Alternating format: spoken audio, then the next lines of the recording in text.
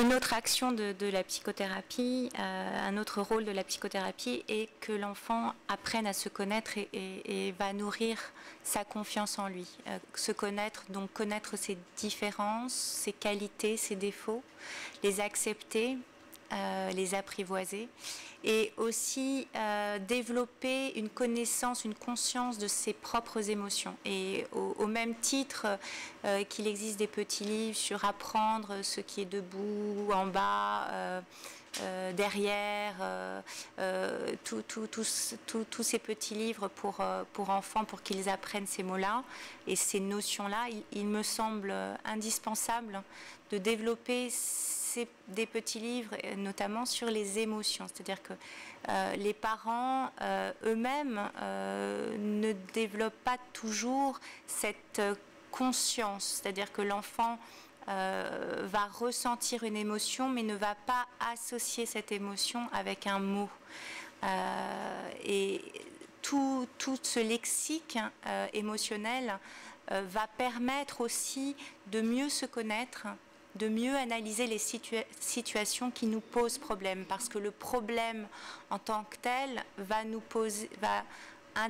agir sur nos émotions, et ça ne sera pas juste ça me stresse, ça me met en colère, je kiffe, hein, comme on entend, mais un vrai panel de déception, d'insatisfaction, de désir, de frustration, d'incompréhension, de peur, de tristesse, de douleur.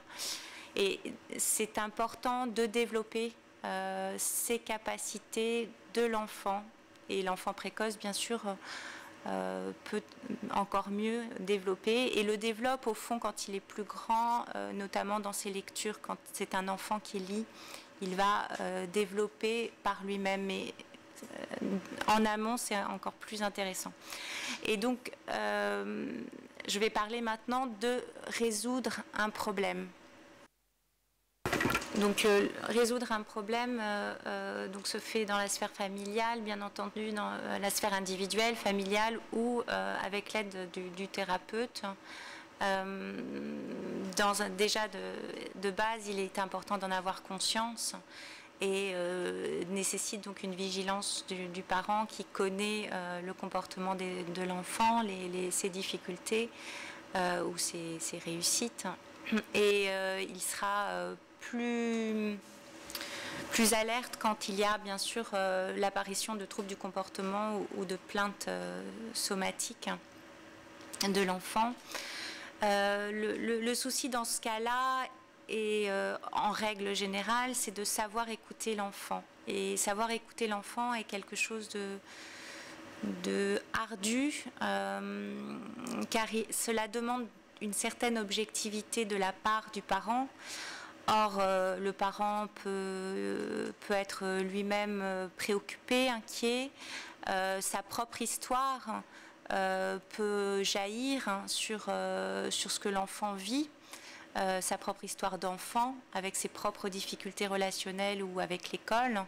Et donc, il peut projeter aussi ses difficultés.